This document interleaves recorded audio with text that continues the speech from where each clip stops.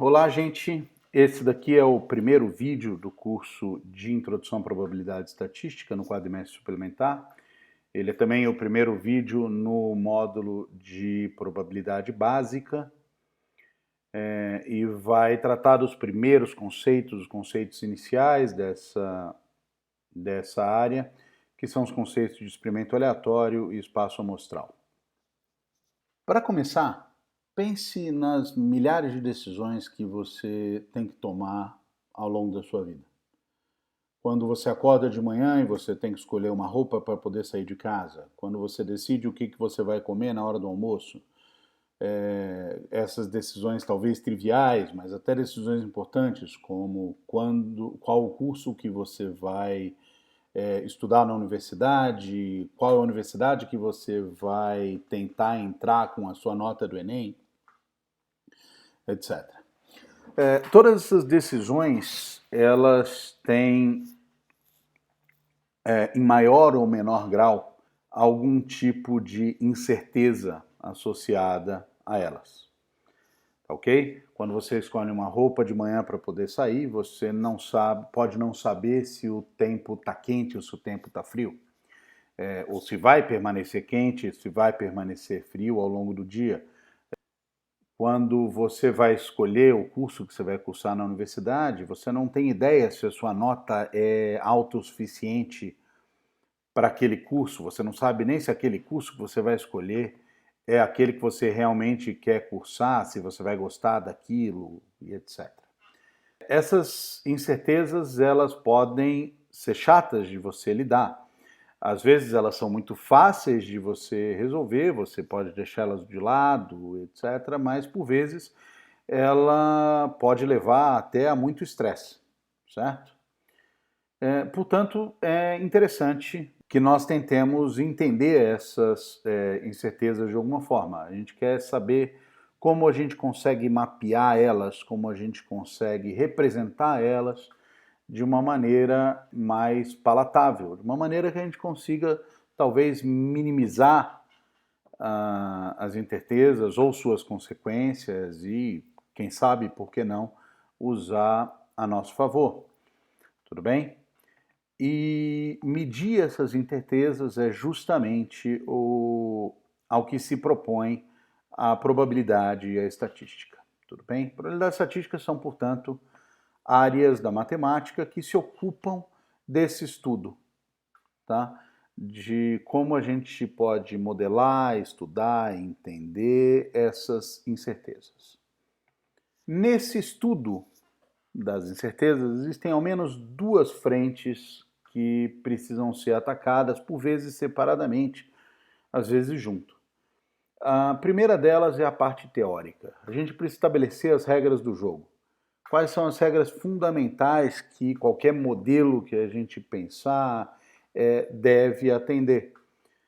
Com essas regras colocadas, a gente precisa entender quais são as consequências, como que uma informação parcial sobre o resultado de algum experimento que você está fazendo influencia as incertezas que você tem sobre qualquer outro resultado que você possa ter interesse, coisa desse tipo. Colocadas essas estruturas teóricas e mais abrangentes, nós precisamos passar agora a entender como que isso se aplica nos modelos.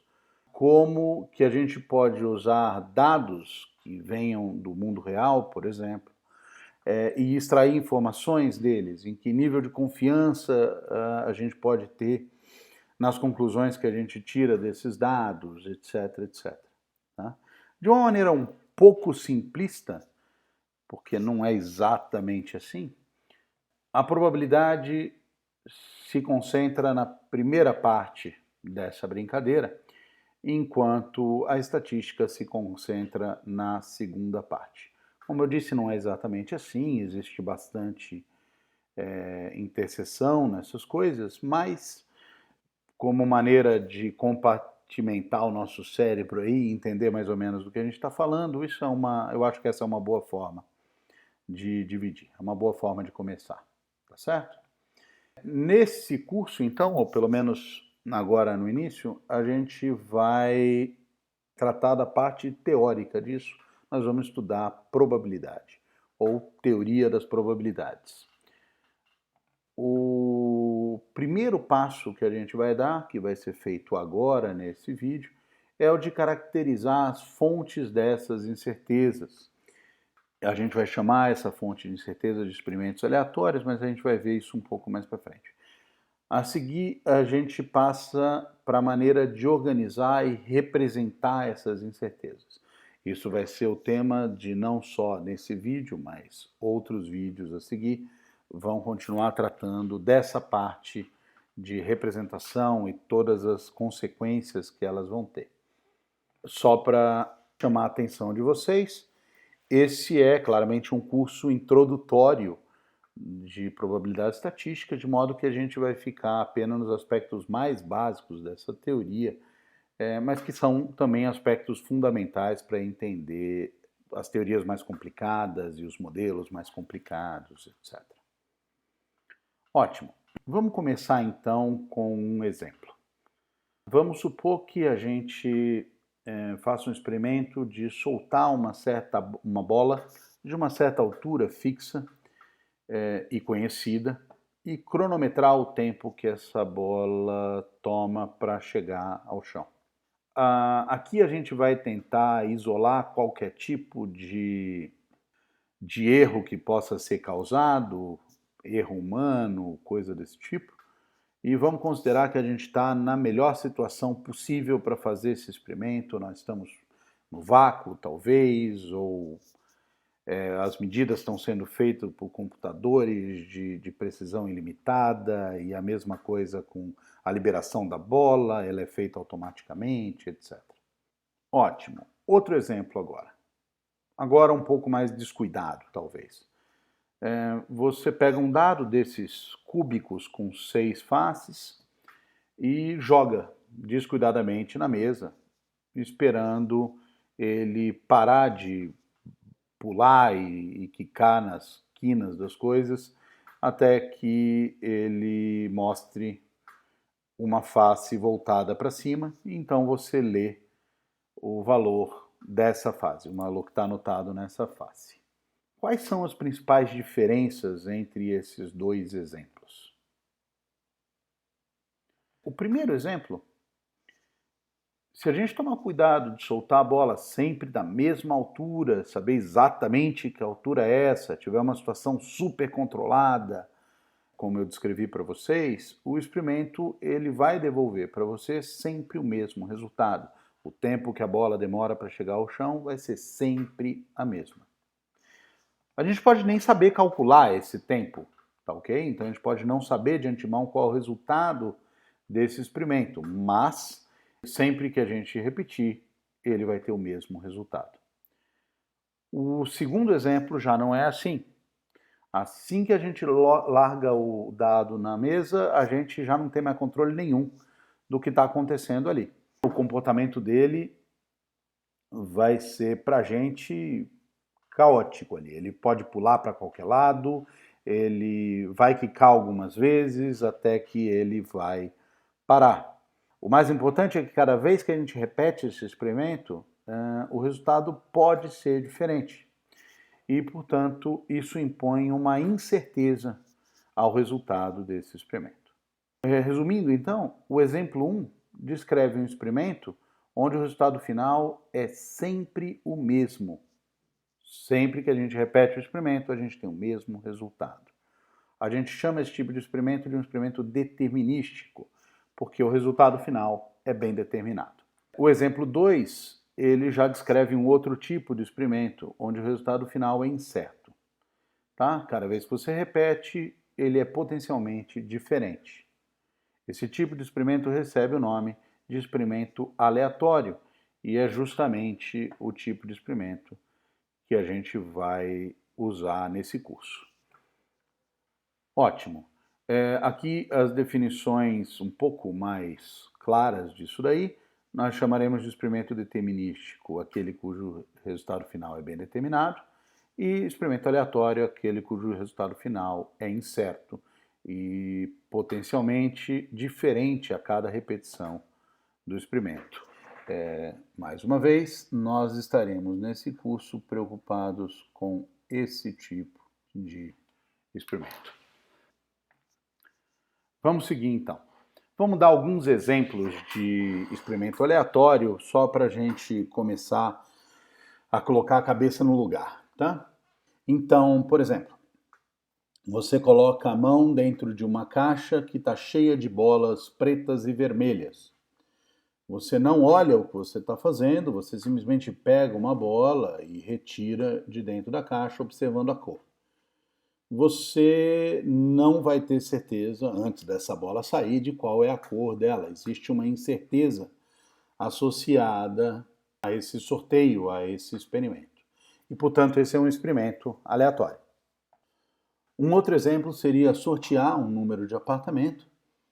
Você pode fazer isso do jeito que você quiser, você pode colocar os números dos apartamentos num saco, anotados em papel, e você balança bastante, coloca a mão lá dentro e sorteia qualquer coisa que você preferir. Pode ser do jeito que você achar melhor. Pega o número desse apartamento, vai até lá, bate na porta e pergunta para o morador quem ele votou na última eleição de síndico. De antemão, você não sabe nem qual apartamento que você vai perguntar, quanto mais qual é a resposta do morador. E, portanto, esse daqui é um experimento aleatório. Você pode, por exemplo, abrir o seu YouTube e olhar o primeiro vídeo sugerido do YouTube para você. Tá? Não um que você escolheu, não um link que você recebeu de um amigo, mas o primeiro vídeo que o YouTube sugeriu para você. Cada vez que você abre, a sugestão de vídeo pode ter mudado, certo? O YouTube escolhe esses vídeos baseado no seu comportamento, nos vídeos que você assiste, mas a cada vez que você abre, ele tem uma coleção diferente de vídeos sugeridos. E, portanto, você tem uma incerteza associada a esse vídeo. E se você olhar, por exemplo, para o tempo de duração dele, você tem aí um experimento aleatório. Lançar um dardo em um alvo, por exemplo, e você medir depois a distância que isso ficou para o centro, tá? Em algum jogo que você está fazendo com um amigo. Mais uma vez, esse é um experimento aleatório. Cada vez que você rolar aquele dardo, jogar aquele dado, essa distância vai ser diferente. Se você for muito bom, essa diferença pode ser pequena, mas ela sempre vai ter alguma diferença. Uma observação rápida aqui, gente, sobre o termo experimento aleatório, que eu já vi acontecer confusão e, portanto, eu quero chamar a atenção para vocês. O primeiro é que, quando a gente descreve os experimentos aleatórios, todos esses que eu descrevi até agora, eu estou descrevendo um experimento concreto, lá, é bem definidinho, desenhado como está sendo feito. Isso não necessariamente é assim, a gente pode facilmente falar de experimentos mais abstratos, como, por exemplo, escolher um número ao acaso no intervalo 0,1. Você não precisa saber exatamente como isso é feito, mas o efeito que você tem desse experimento é exatamente esse. Escolher um número ao acaso no intervalo 0,1. Tá ok? A segunda coisa é que experimento pode sugerir algo planejado e executado depois de um planejamento bem feito. E isso não é exatamente o que a gente quer aqui, não necessariamente o que a gente quer aqui. Claro que cientificamente isso pode ser o ideal, mas nem sempre isso é verdade. Quando os médicos estão tentando determinar qual é tempo de incubação do Covid nas pessoas, eles não vão pegar pessoas por aí, colocar numa fila e infectar todo mundo com Covid e ligar o relógio, descobrir quanto tempo demora para aparecer o primeiro sintoma, certo? Ao invés disso, vamos esperar essas pessoas doentes chegarem até os hospitais e aí tentar determinar quando que ela teve contato com alguém que estava doente, qualquer coisa parecida, para que a gente possa mais ou menos determinar qual é o tempo de incubação. E, portanto, eu não tenho um experimento super bem desenhado por trás, etc., mas eu ainda tenho certeza nas observações que eu estou fazendo. tá? Ótimo.